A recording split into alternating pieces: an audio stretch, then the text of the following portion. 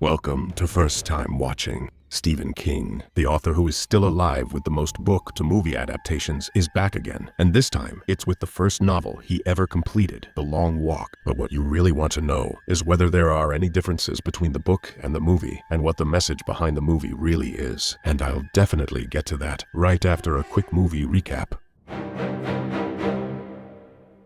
Raymond receives a letter congratulating him for being selected to participate in the Long Walk, a live broadcast event that, if he wins, will grant him riches and a single wish. On May 1st, Ray's mom drives him to the starting location. She's scared and wishes he had talked to her before signing up. Ray tries to calm her down by saying he'll be back in a few days. She knows that's probably not true, but she lets him go anyway. At the starting line, Ray meets Pete and asks if he's ready. Pete is nervous, but ready as he'll ever be. The contestants make small talk to settle their nerves. They look at Stebbins. There is no fat on that kid. He looks like he came prepared. Other contenders include Hank, Art, and Curly. The major arrives. They all get their numbers so they can be easily identified. Ray's number is 47, and there are 50 contestants total. They each receive a watch that tracks their walking speed. The major explains that after the war, the country fell into financial struggle, but the Long Walk inspires the nation and boosts productivity, because the nation is suffering from an epidemic of laziness. The Long Walk, he says, is the motivation the country needs. The rules are simple. They walk until only one is left. Minimum speed is 3 miles per hour, or for the people that use logical measurements, 4.83 kilometers an hour. Walk slower, and you get a warning. Fail to speed up within 10 seconds, and you get another. 3 warnings, and you get your ticket. Walk at speed for an hour, and you lose a warning. Step off the pavement, and you get your ticket instantly. There's one winner and no finish line. The major fires the starting shot, and the boys begin walking. As they walk, it becomes clear what kind of calamity the world is in. Spectators aren't allowed until the very end, so most of the route is lonely. They're constantly being filmed because the entire walk is broadcast live. At mile 5, the guys wonder what grows around this area. Ray explains they're wheat fields. Pete notes that gives Ray home field advantage, since all contestants come from different states. Number 5 kneels down because there is a rock in his shoe. He gets his first warning, then a second. A soldier stands behind him with her rifle raised. On the 3rd warning, he quickly gets up and speeds forward to avoid his ticket. He jokes he just had a 30-second break, but Hank thinks he's stupid. At mile 7, the guys talk about the prize money. Ray says he doesn't care, but Art thinks that's absolute bullshit. He grew up dirt poor and is definitely here for the money. Ray explains the whole country is poor, and people see the Long Walk as their only way out. Everyone signs up out of desperation, even though it's not required. Nobody really chooses to compete. They feel forced because there's no other escape. Pete agrees about the desperation, but disagrees regarding the money. He believes the winner can do a lot of good. Ray says people are selfish, but Pete wants to believe he is different and that he would use the money to help others. Harkness catches up. He wants to talk about his lord,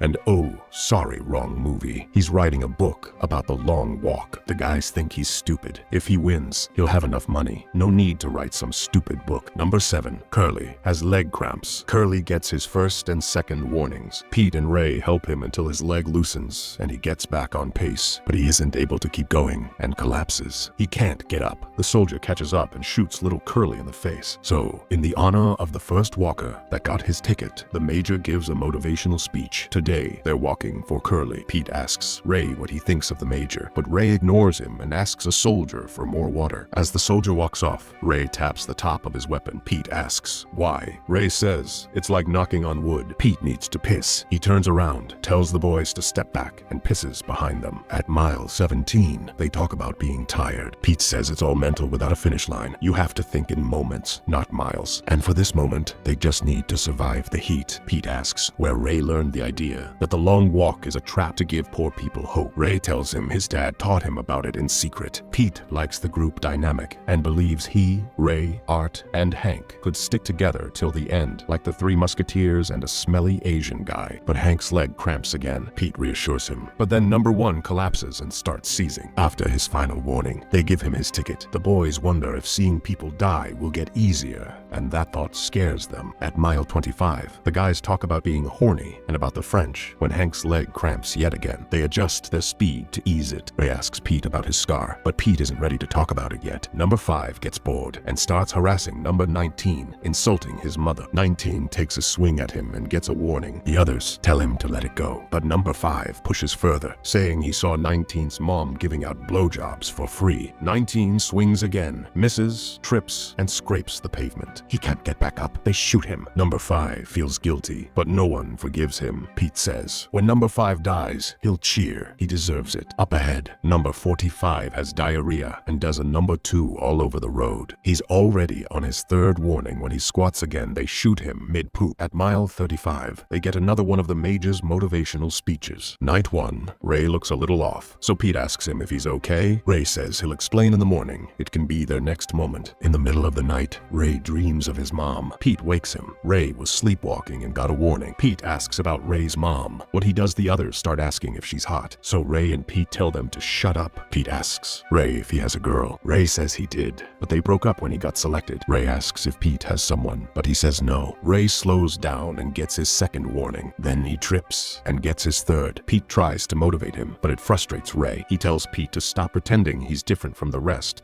that he doesn't want to see a bullet in Ray's head. The night isn't over. They reach a steep hill. Many shots are fired, but Ray refuses to give up even with a gun to his head. With no warnings left, this hill will surely kill him, until Pete catches up and tells him to pour water on his head to wake up. Ray apologizes, but Pete says no apologies, just walk. Ray asks about the other musketeers, but Pete says they're fine. Ray needs to keep moving. Mile 59, day 2. Pete asks Ray if he thinks he'll win. Ray says he has to, but he doesn't believe he will. Pete admits he lost belief around 11 last night when he realized people were really dying. He doesn't think he wants to win badly enough. His goal is just to outlive number 5. There are 18 walkers left. The herd is thinning. Mile 67. Pete checks on Hank. He's not doing well. His spirit is broken, and Pete is the only one still talking. Harkness, the book guy, broke his foot during the night and is quickly collecting warnings since he can't keep up anymore, so they shoot him. A little later, the Major congratulates them for reaching 100 miles. Number 31 tries to run for it, but is shot immediately when he leaves the pavement. The boys ask what each other's wishes are. Art wants a rocket. Ray mentions the kid who wished for an elephant. They gave it to him, and he rode it home. Hank says he'll wish for 10 naked ladies. The others say that's stupid. He'll have plenty of money to pay for ladies. He should wish for something money can't buy. They ask Pete for his wish. He says it changed. He wants the long walk to allow 2 winners so you can win with a friend. They ask Ray, but he won't say it's like a birthday wish. He doesn't want to jinx it. He hints that he wants something that could cause change. Number 5 says he shouldn't say such things. Talking badly about the long walk or the Major is illegal, but the boys don't care. In days, they'll be dead or the winner, so they have nothing to lose. They all start shouting, "Fuck the long walk," and it re-energizes them. Mile 144, day 3, sleep deprivation hits. Art has to take a shit and gets a gun pointed at him for trying to do it quickly, which let's just say fuels everyone's motivation to walk on. 2 days have passed since Ray promised Pete he'd share his secret, so it's time to spill the beans. Ray says his dad was his hero. He taught Ray things that were illegal,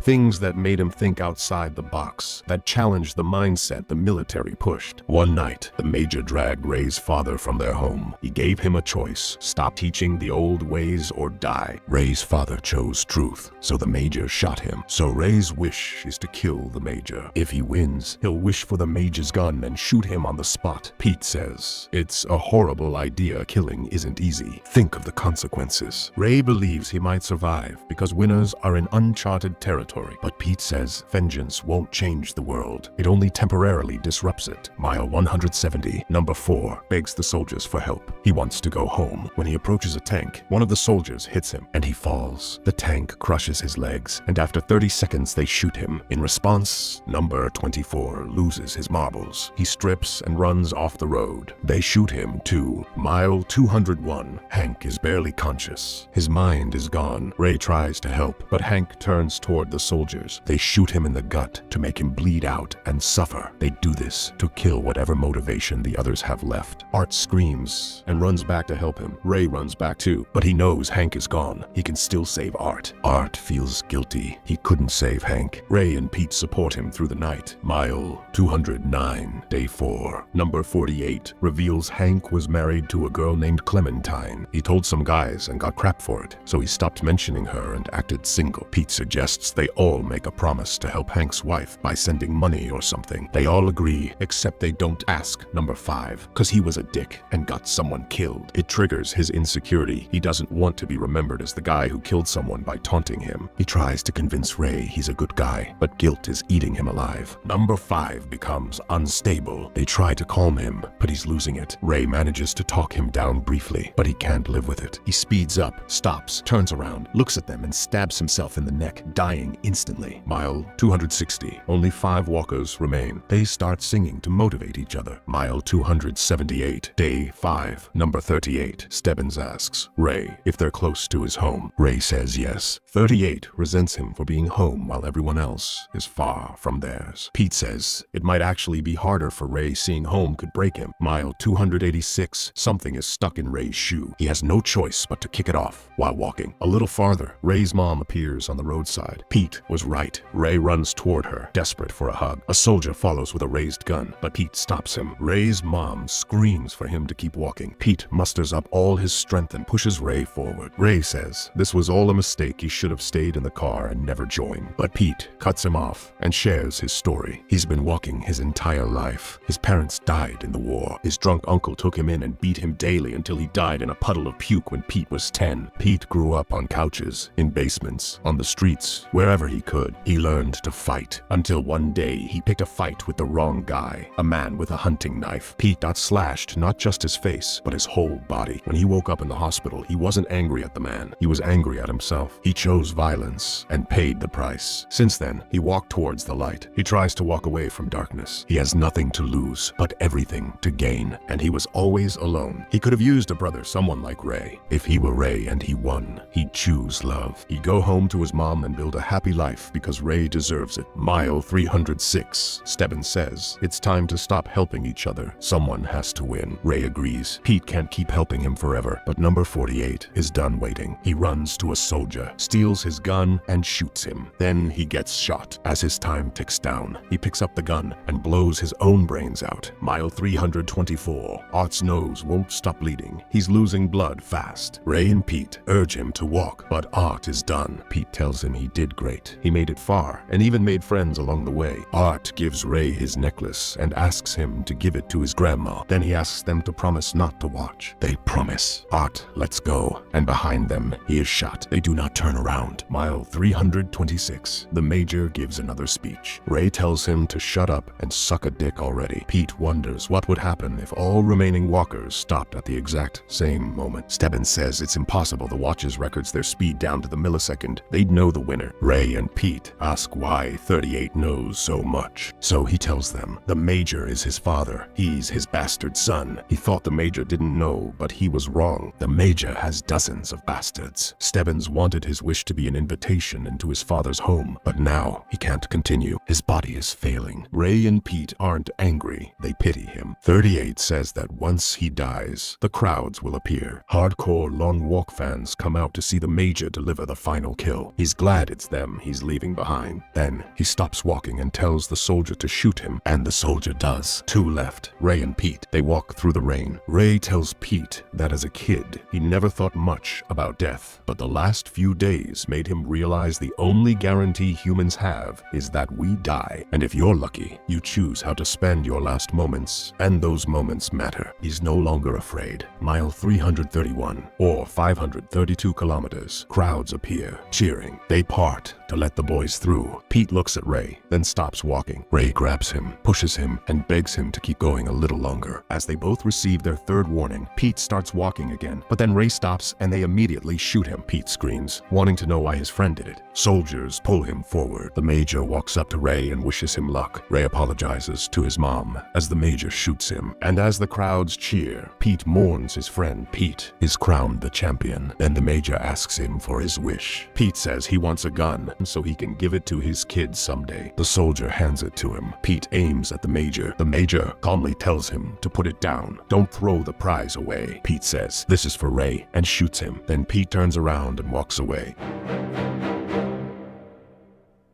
The ending of the movie version of The Long Walk is quite different from the book. In the original story, Pete is actually the second to last contestant to die. He chooses to sit down and let himself be shot, something his movie counterpart also tries to do but can't follow through on because Ray pushes him to go on. This leaves Ray and Stebbins as the final two walkers in the book. Ray initially believes Stebbins will win the long walk, but eventually secures the victory when Stebbins suddenly collapses out sheer exhaustion and just dies on the spot. This ties into one of the biggest differences between the movie and the book. Even aside from Ray winning instead of Pete, the book version of Ray isn't nearly as consumed by revenge as his movie counterpart. In the novel, what pushes him to victory is the vision of a mysterious, dark figure calling him forward. In the book, he not only wins the long walk, he even ignores the Major and continues walking toward this figure. But when we look at the movie version, Pete fulfills Ray's wish to kill the Major, and then everything falls silent as he walks on. It leaves the ending open for some movie theories. The fact that everything and everybody disappears around him could be a metaphor for him dying and walking on into the afterlife.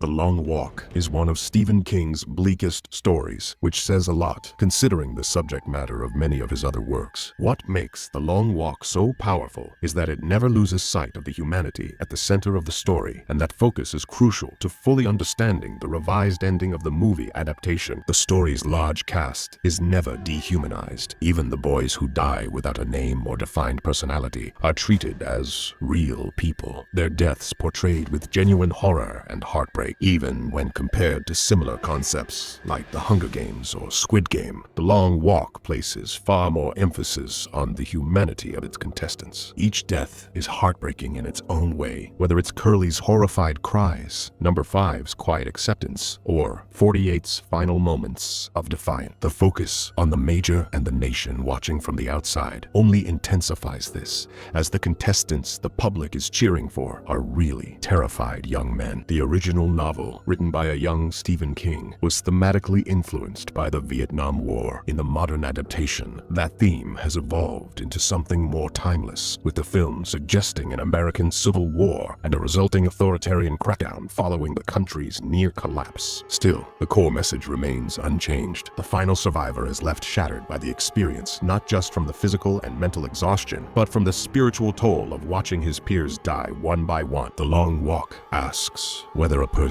humanity can survive such relentless trauma, and gives a clear answer by having Pete choose revenge over growth. And now, for my opinion, this is definitely not the first time the ending of one of King's novels has been rewritten for a movie. But honestly, I preferred this ending over the original. The obvious reason is that the book's ending wouldn't have worked on screen. It's simply too ambiguous. But also because, in the book, the final two walkers aren't Pete and Ray. There's a much longer build-up for Stebbins, so the reveal that the Major is his father hits with far more impact. The movie spends much more time helping you connect with Pete, which means less time to develop the other characters. And that's okay, because by the end of the film, I genuinely feel for him. Pete says it best: "You've only just started walking, but I've been walking my entire life." A man who has been through so much, who chose not to dwell on the negative, but to live in the moment instead, is finally broken down. He makes a choice in that moment, and then turns around and walks on. This movie is absolutely brilliant. And that's a wrap. Thank you for watching. Please like and subscribe, and I'll see you next time.